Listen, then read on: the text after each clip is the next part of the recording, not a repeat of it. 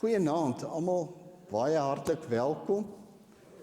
En ons kom agter die winter is besig om sy kloue dieper in ons te slaan as dit die oggende begin met 4 grade en 5 grade en dan besef jy dit raak nou regtig ernstig winter.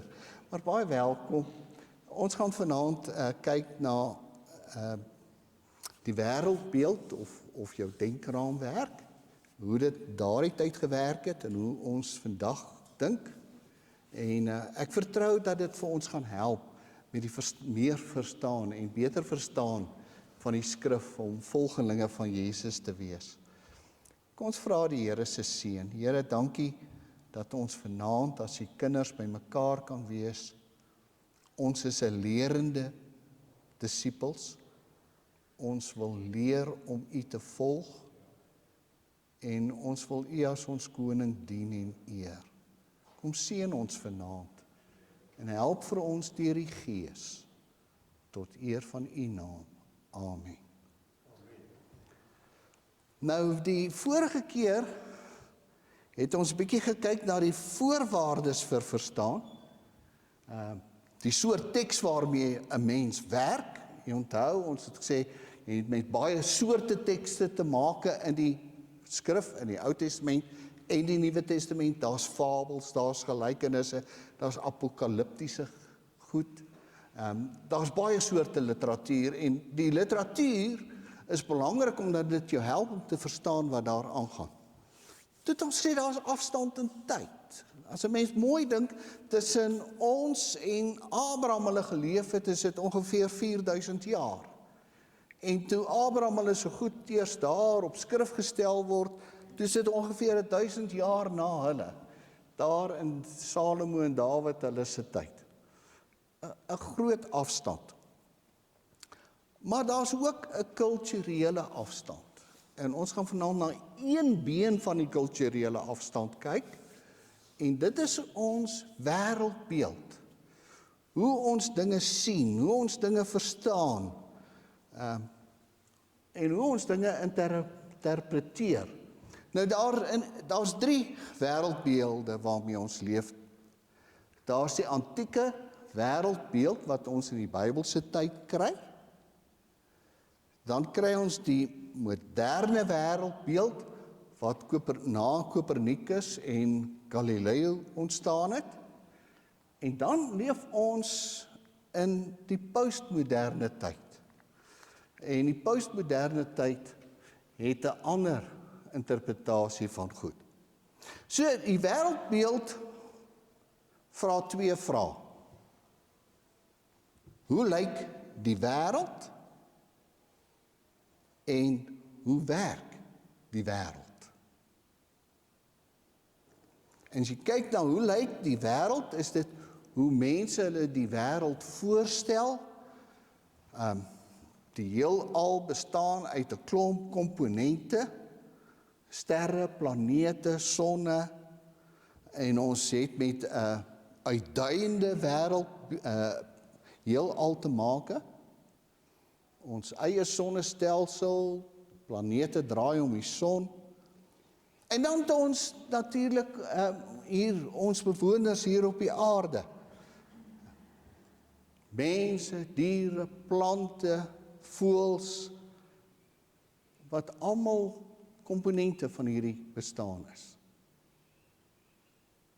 Hoe werk hierdie wêreld?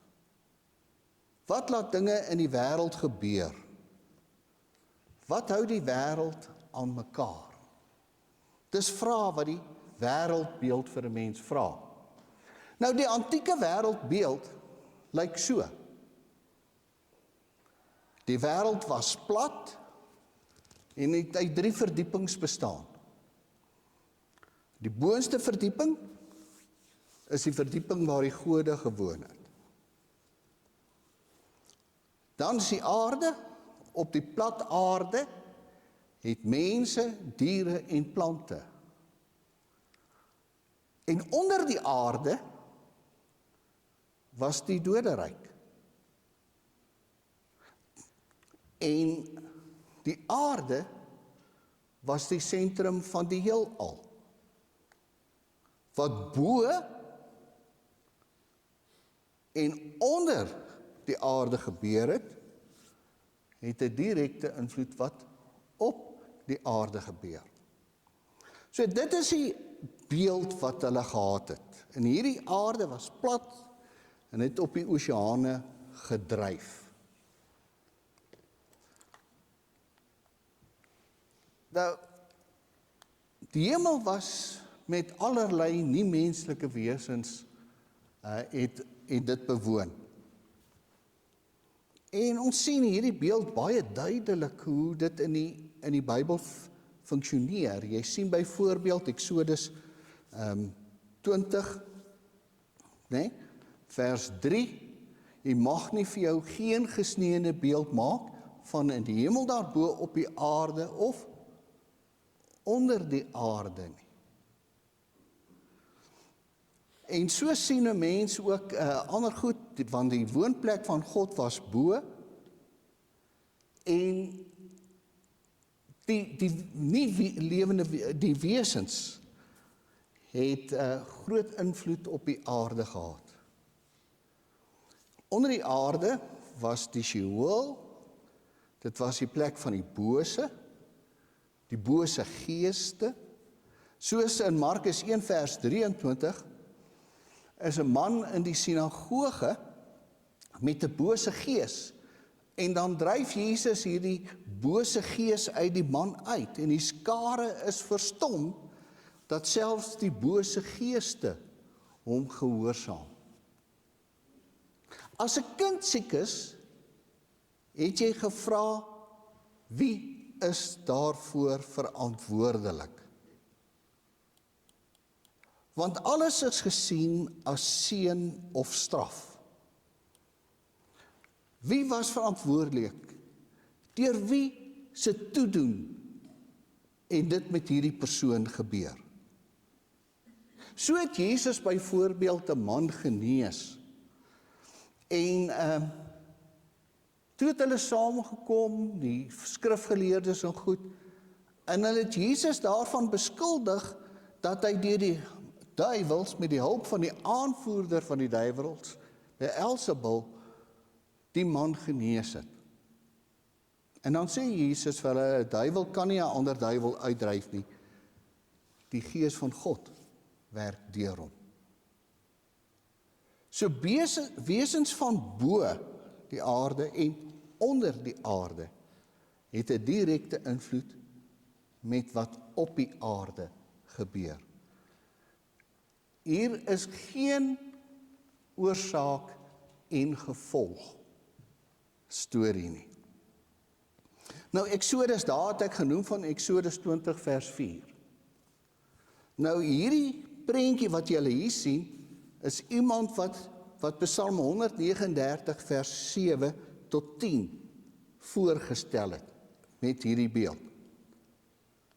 En dan Filippense 2 vers 9 tot 11 kry jy dieselfde prentjie. Daarom het God hom ook tot die hoogste eer verhef en hom 'n naam gegee bo elke naam, sodat in die naam van Jesus elkeen wat in die hemel of op die aarde of onder die aarde is, die knie sou buig en elke tong sou erken, Jesus Christus is die Here. U hoor Eksodus 20 vers 3 weer hierso. So, en dan kry mens byvoorbeeld op baie ander plekke, Openbaring, het jy ook daardie beeld. Openbaring 5 vers 2 tot 3, het jy dieselfde antieke wêreldbeeld. Hoe die Grieke die wêreld verstaan? Op dieselfde manier. Bo was Olympus, die hemele, waar die gode gewoon het, en dan die aarde, wat plat was, wat op die water gedryf het, en dan die onderaarde, die doderyk, die Sheol of Hades. En daar sien julle vir Atlas, wat 'n titaan was, En hy het die oorlog tussen die gode verloor in Olympus, waar die gode gewoon het, bo in die hemel. En as straf moes hy die heelal dra. So dis nie die aarde wat hy dra nie. Hy dra daardie derde deel, die boonste deel. En die wêreld is deur magte en gode beheer. Gode soos Zeus, Athena, Poseidon, wat 'n direkte rol gespeel het op die aarde. So byvoorbeeld het die gode menslike eienskappe gehad van liefde, haat, jaloesie, en hulle het met mekaar maar die goed uitgespook. En die mense moes die gode eer om nie gestraf te word nie. En daarom is dit belangrik om hierdie gode gelukkig te hou, want Poseidon het byvoorbeeld in sy woede laat hy aardbewings veroorsaak. So die Joodse wêreld, die Griekse en Romeinse wêreld, het almal met hierdie beeld geleef. Dis hoe die wêreld gelyk het. En hulle dit verstaan het. In die middeleeue kry die Biblia Pauperum,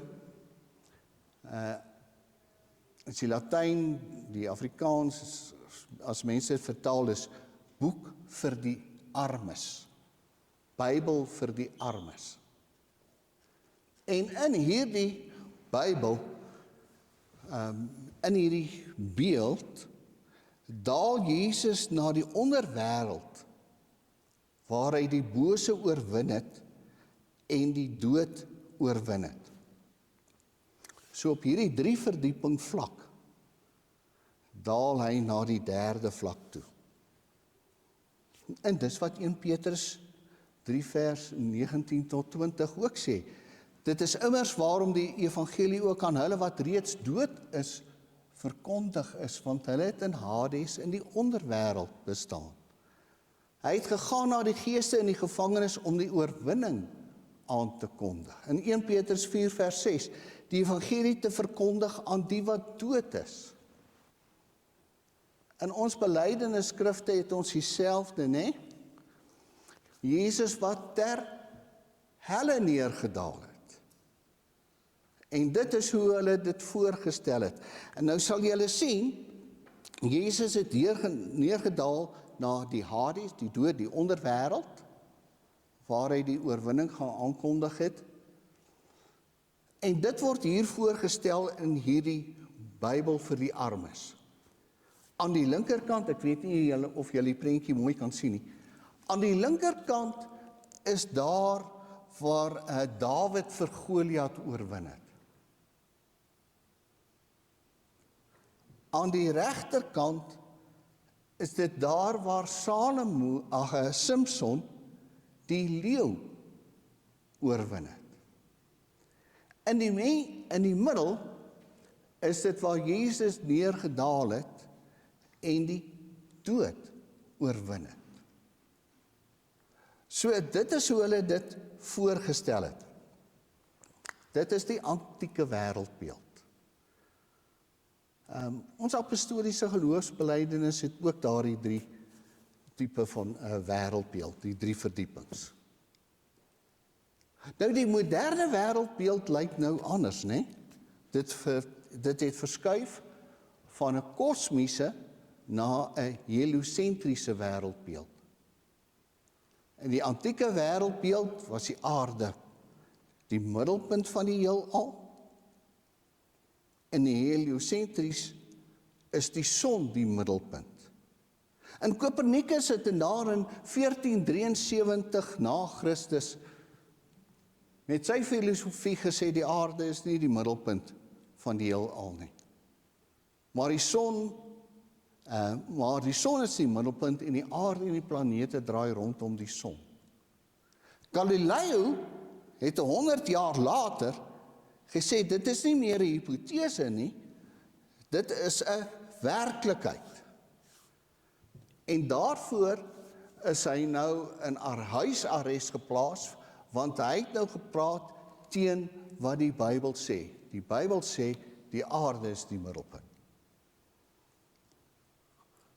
So, in die moderne wêreldbeeld is dit 'n sentrumlose, uitdijende heelal. En skuif van wie verantwoordelik is, na wat verantwoordelik is. Dit gaan nou nie meer soos in die antieke wêreldbeeld oor wie is verantwoordelik vir die siekte nie. Die bo-wêreld of die onderwêreld nie. Maar wat is verantwoordelik vir die siekte? Wat is die oorsaak en gevolg? Wat is die oorsaak van die weerstelsels, die El Niño verskynsels, die rooi gety? En rasioneel, wat is kontroleerbaar, bewysbaar, toetsbaar, herhaalbaar? Wetenskaplike instrumente word gebruik en kan goed oor en oor toets. En voortdurend word aanpassings gemaak wat die basis vorm van die moderne wêreldbeeld. Kritiek en verifiering. En die werklikheid is verklein tot wat wetenskaplik waarneembaar is. Nou hoor u, dit is asof die mens nou die aarde in sy hand gekom vat. Want die mens toets nou wat oorsaak en gevolg is, wat waar is en nie waar is nie. En God het meer die God van gapings geword. As jy 'n ding nie kon verstaan nie, het jy dit aan God toegeskryf. Maar sodra jy dit wetenskaplik kan verstaan en kan uitlê en kan verklaar, dan is God nie meer daar 'n plek nie, dan skuif ons God meer na die kant toe.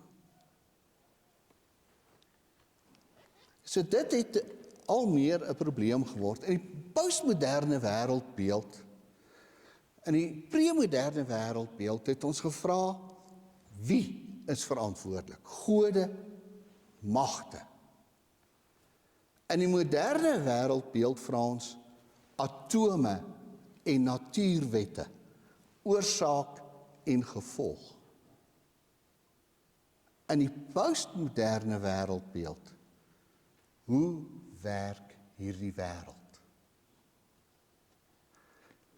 Wêreld werk volgens sisteme. Alles werk volgens sisteme. So premodern, wie verantwoordelik?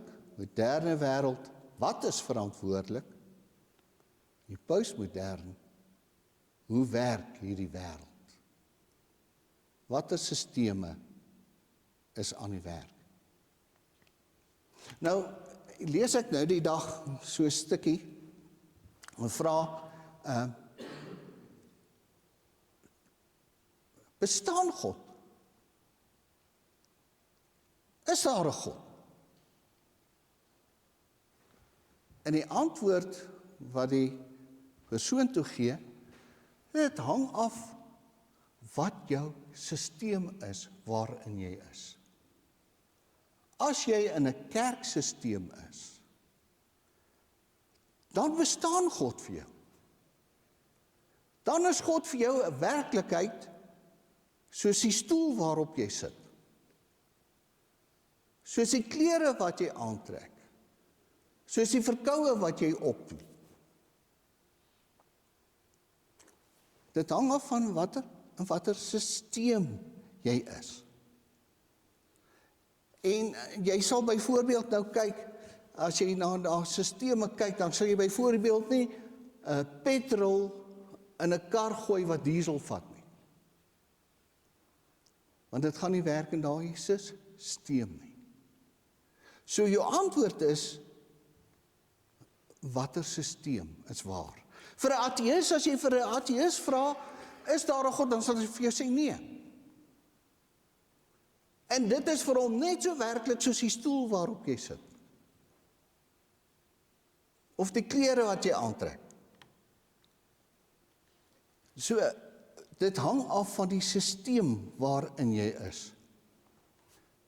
Mense leef in verskillende werklikhede. Vir die een bestaan iets, vir 'n ander een bestaan dit nie. Die werklikheid is vir mense nie dieselfde nie. Daardie eensambreel-benadering wat ons gehad het, onthou julle, daar was altyd so 'n advertensie op TV, hierdie geel sambreel. Bring al jou assuransie en goeders hierdie onder hierdie een geel sambreel, en dit sal alles dek. Dit werk nou nie meer so nie. Dis 'n verskeidenheid van werklikhede, van perspektiewe. Dis jou opinie daaroor. Dis net hoe jy dink daaroor, sal vir jou sê. En ons opinies verskil. Daar is verskillende werklikhede. Dit beteken nie dat almal ewe goed of sleg is nie. Dit is hulle werklikheid. En dit is hoe hulle die werklikheid sien.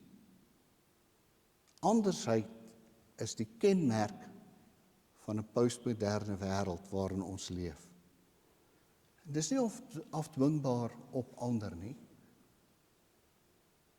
Dit is jou opinie. Dit is jou sisteem waarin jy leef. Alles is maar net menslike voorstellinge. Hoe ek die natuur sien, hoe ek dit oppas of uitbuit tot my voordeel, hoe ek die mens sien, hoe ek God sien, is alles menslike voorstellings. Alles is voorlopig, veranderlik, en dit is jou konstruksie. Dis die wêreld waarin ons leef. So, daar is 'n postmoderne wêreldbeeld, die hart- en die bloedsirkulasiesisteem.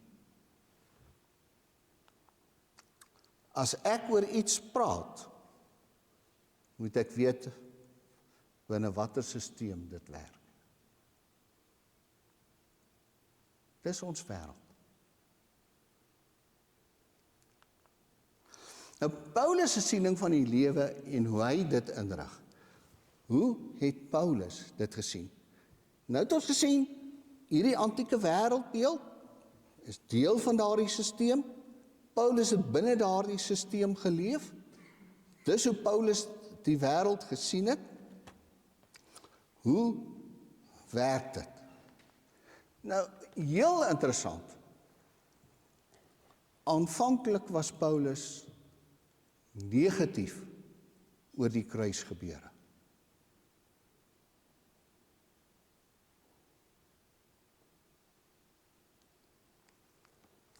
Voor Handelinge 20 was daar nie 'n positiewe siening onder die eerste gelowiges oor die kruis nie. Paulus het in sy preek in Handelinge nie een keer na die kruis verwys nie. En wanneer die apostels oor die kruis gepraat het, was hulle baie negatief oor die kruis. So byvoorbeeld, Handelinge 3 vers 15, sê Petrus direk, man, julle het Jesus Christus as leier vermoor. To kill outright. Apoteino. In 5:30, julle het Jesus doodgemaak. 5:30, in 10:39, Julle het vir Jesus aan 'n houtpaal opgehang. Julle het hom doodgemaak. So die kruisgebeure was vir hulle eintlik 'n baie moeilike situasie. Want, nou moet julle onthou, die Grieke en die Romeine het die kruisgebeure gesien as 'n politieke opstand. Was negatief, en die Jode het gesê, een wat aan 'n paal hang, is vervloek. Die Christene het binne hierdie eerste klompie jare baie moeilik met die kruisgebeure, het hulle dit baie moeilik gehanteer. As hulle mense gelei het na Christus toe, dan het dit altyd gegaan oor die opstanding van Jesus. Dit was vir hulle belangrik. Nou Paulus se siening sy veranderde siening van die kruis. Julle moet seker maak dat julle lewe soos God wil hê. Julle moet ook seker maak dat al die gelowiges lewe soos God wil hê. Die Heilige Gees het gesê julle moet ouderlinge wees van daardie gelowiges. Julle moet hulle oppas soos herde trop skape oppas. Hulle is God se kerk. Sy seun het gesterf. So het God hulle gekoop. Is die eerste positiewe uitspraak oor die kruis, wat jy eers in Handelinge 20 vers 28 kry. En dit is na Paulus se 3de sendingsreis. Hier in die jaar 49-50 na Christus, 20 jaar na Jesus se kruisiging, skryf Paulus nou Galasiërs en 1 Tessalonisense, waar hy positief na die kruis verwys. Daai tyd het hy positief oor die kruis geraak. Tot die verlossingswaarde van die kruis gekom. Sodat hy in Galasiërs verskillende betekenisse aan die kruis gaan gee het. Hoe Paulus tot hierdie veranderde siening gekom het, tot die positiewe waarde van die kruis, is nog nie duidelik nie. Maar daar het op die 3de sendingreis iets drasties gebeur, wat Paulus se siening oor die kruis verander het.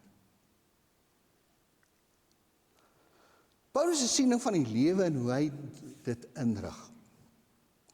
Daar's 4 beelde wat gebruik word.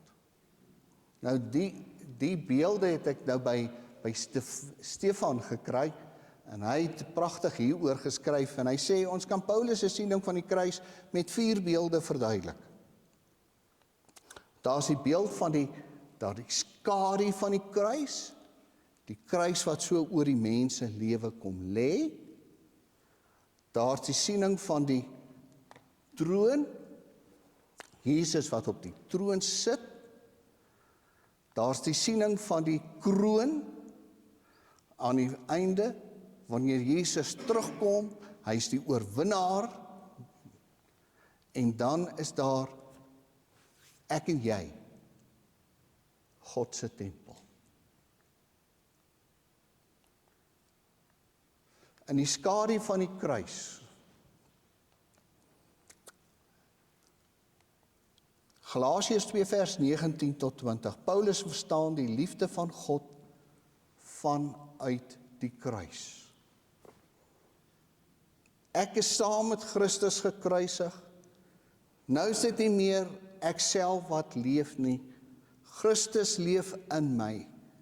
Hierdie splinternuwe lewe wat ek nou leef in my liggaam, leef ek deur geloof in die Seun van God. Dit is hy wat my liefgehad het. Dit is hy wat sy eie lewe opgeoffer het vir my. En dan praat Paulus oor homself as 'n gekruisigde. So is vir Paulus met eens die kruis redding. So is dit sy wêreldbeeld, sy denkraamwerk. Ek is gered, want ek is saam met Christus gekruisig. Dit is sy operasionele kennis. Met ander woorde, wat werkend is, wat hy gereeld gebruik. As hy oor homself dink, oor homself praat, dan praat hy van homself as gekruisigde. En as hy vir ander Christene leer van Jesus, dan leer hy hulle is gekruisig saam met Christus.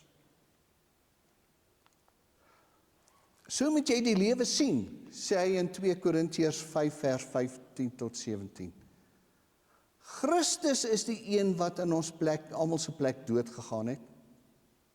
Dit beteken dat elkeen wat leef, nie meer vir hulle self moet leef nie. Hulle moet leef tot eer van hom, wat in hulle plek dood gegaan het, en toe deur God lewendig gemaak is. Vanaf gebruik ons nie meer ou, sondige standaarde, om ander mense uit te kyk en te beoordeel nie. Vroeger het ons vir Christus vanuit sulke sondige standaarde beoordeel. Toe het ons nog nie in hom geglo nie. Nou ken ons hom reg. Iemand wat aan Christus glo, is 'n splinternuwe skepping. Daardie ou lewe is oor en verby. Let op, alles het nuut geword. Nuwe lewe het aangebreek. Die troon van God. Maar hy het hierdie, en het is interessant, die woordjie kruiskrag. Maar hy het hierdie aandagte verwyder uit ons lewe. Hy het dit vasgekap aan die kruis. By die kruis het God die onsigbare heerskappye en magte kaal uitgetrek en hulle wapens afgevat. Hy het hulle in die publiek verneder toe hy hulle as sy gevangenes tentoongestel het in die oorwinningsoptog aan die kruis. Hierdie kruiskrag breek mure af. Christus is die rede vir hierdie nuwe vrede. Hy het vrede gebring toe hy hierdie twee groepe, Jode en nie-Jode, een gemaak het. Nou, as hy sê Jode en nie-Jode, want die Jode het die wêreld in twee gedeel, die wat besny is en die wat nie besny is nie. As jy nie besny is nie, is jy heiden. En die Grieke het dit maar ook gedoen. Hulle het gepraat van of jy's 'n Griek, of jy's 'n barbaros, 'n barbaar. As jy nie Grieks kan praat nie, is jy nie, dan is jy 'n barbaros. So hierdie mure wat mense gebou het hy afgebreek. Hy het daardie middelmuur tussen ons afgebreek, wat ons apart van mekaar laat leef het. Ons was mekaar se vyande. Toe breek Christus hierdie haatmuur tussen ons af. Hy het dit gedoen deur sy eie liggaam aan die kruis op te offer. Daar het hy einde gebring aan die wet, wat ons lewe oorheers het met al sy voorskrifte en reëls. Daar het hy 'n splinternuwe identiteit gegee aan hierdie twee groepe. Hy het hulle almal een gemaak in homself. Een nuwe mens. Hy het die ware vrede gebring.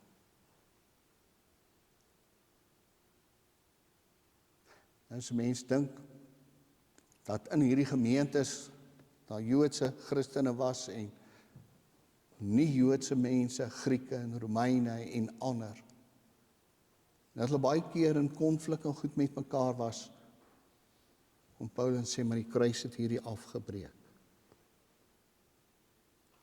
Ons almal het een splinter nuwe identiteit. Ons is 'n nuwe volk. Die kruis bring 'n nuwe volk tot stand. Dit vorm 'n nuwe mensheid. Stefan sê, hy sê dit so pragtig daar, hy sê, ek is 'n Christen wat Afrikaans praat. Ek is 'n Christen wat Engels praat. Ek is 'n Christen wat Duits praat. Ek is 'n Christen wat Zulu praat. Dit is wie jy is. Jy's 'n Christen. Dit is jou identiteit. Die kruis is 'n herverstaan van die werklikheid. 'n Nuwe werklikheid. Die kruis is 'n herverstaan van krag. Die kruis is die nuwe inhoud van ons prediking. Die kruis is die bevryding van alle magte wat bind. Die kruis is 'n nuwe geslag mense. Paulus gebruik die kruis as die wêreldbeeld.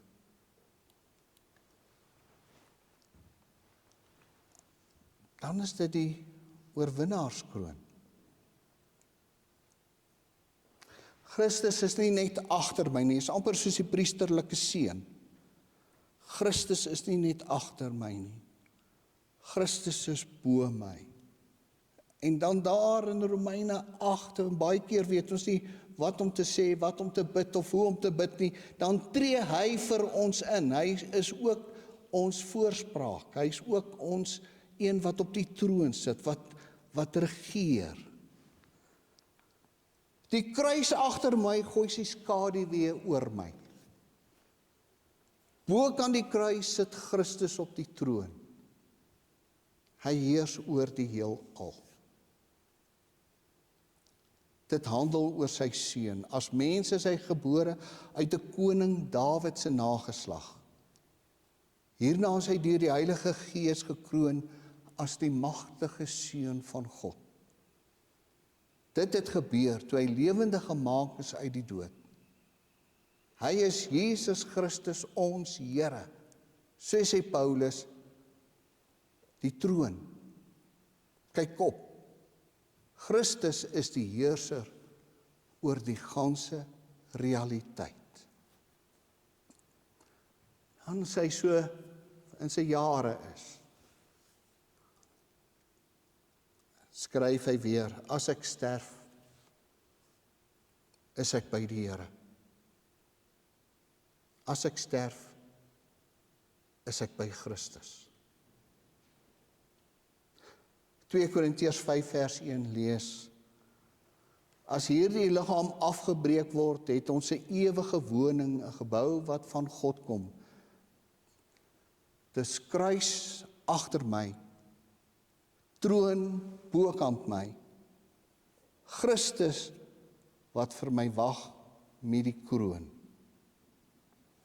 En laastens, Paulus se groot beeld is die van die tempel. Christus dra die kroon. Orals vertel die mense hoe gasvry julle ons daar by julle ontvang het. Hulle vertel ook hoe julle na God toe gedraai het. Julle het julle rug gedraai op die afgode. Julle het begin om die lewende ware God te dien. Ook wag julle getrou op sy seun wat uit die hemel terugkom. God het hom lewend gemaak uit die dood. Dit is Jesus, dit is hy wat ons red van die oordeel wat op pad is. Die spanning van reeds en nog nie, ons wag op die totale verlossing. Ons is reeds deel daarvan, maar ons wag vir die afhandeling daarvan. Christus is met ons op pad na 'n nuwe wêreld. Paulus sien die toekoms, hy sê, Jesus is daar en hy kom terug. So dink Paulus, met ander woorde, sy oorwinning wag vir ons. C.S. Lewis sê, wanneer Christene nie meer 'n sterk eskatologie het nie, wanneer hulle nie meer 'n sterk verwagting het oor die wêreld wat kom, oor dit wat Christus bring as oorwinnaar nie, dan vervaag en vervlou hulle. Dit is een van die pilare van Paulus se wêreldbeeld, dat daar 'n nuwe wêreld op ons wag. En daarom is die deel van die vroegste belydenis van die vroeë Christelike kerk, die van 1 Tessalonisense 1 vers 9 tot 10. Orals vertel die mense hoe gasvry julle ons daar by julle ontvang het. Hulle vertel ook hoe julle na God toe gedraai het. Julle het julle rug gedraai op afgode. Julle het begin om in die lewende ware God te dien. Ook wag julle getrou op sy seun wat uit die hemel terugkom. God het hom lewend gemaak uit die dood. Dit is Jesus. Hy is die een wat ons red van die oordeel wat op pad is. 2 Korintiërs 4 vers 17 tot 18. Ons weet al hierdie lyding wat ons nou beleef is eintlik lig. Hoekom? Dit is tydelik. Dit gaan verby. Dit berei ons voor op 'n ewige nuwe werklikheid wat daar wag daar by God. Ons het nie genoeg woorde om die grootheid en glorie daarvan te beskryf nie. Ons fokus nooit ons aandag op dit wat ons hier rondom ons sien nie. Ons fokus ons aandag op dit wat ons nog nie met ons oog kan raak sien nie. Dit wat ons nou nog nie raak sien nie, is tydelik. Dit wat ons nou nog raak sien, is tydelik. Die nuwe lewe by God, wat ons nou nog nie kan raak sien nie, is ewig.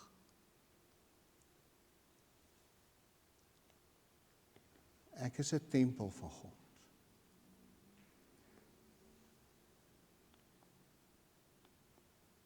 Of begryp julle dit nie?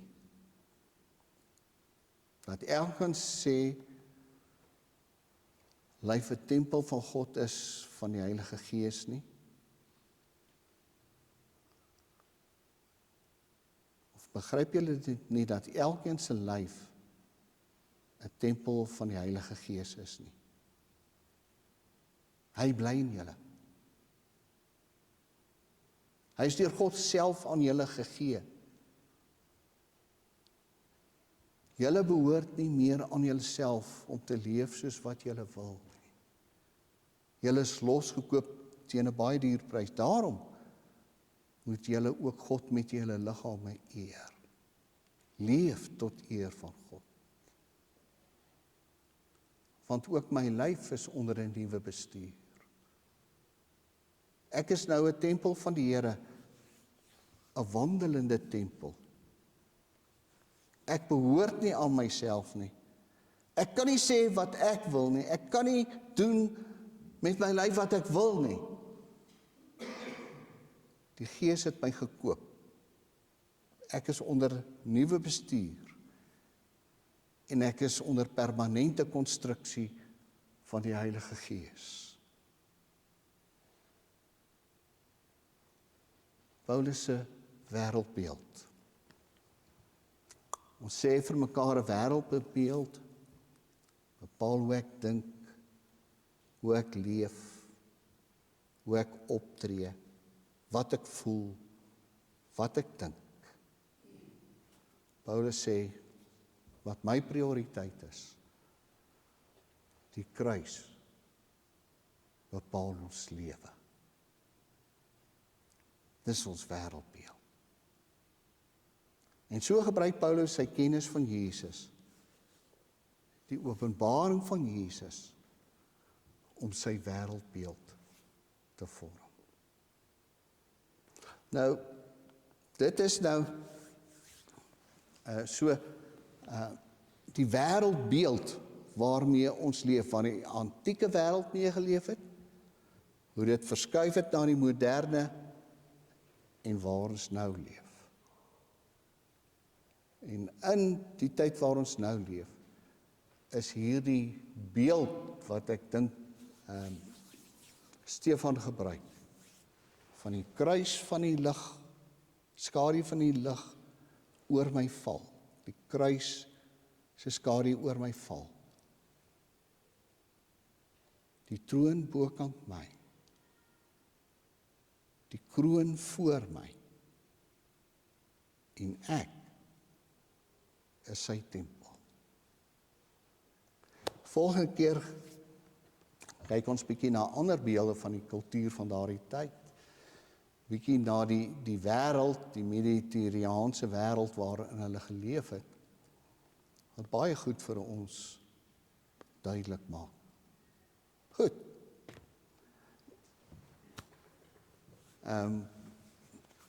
As daar enige vrae is, WhatsApp of e-pos, dan kyk ons daarna.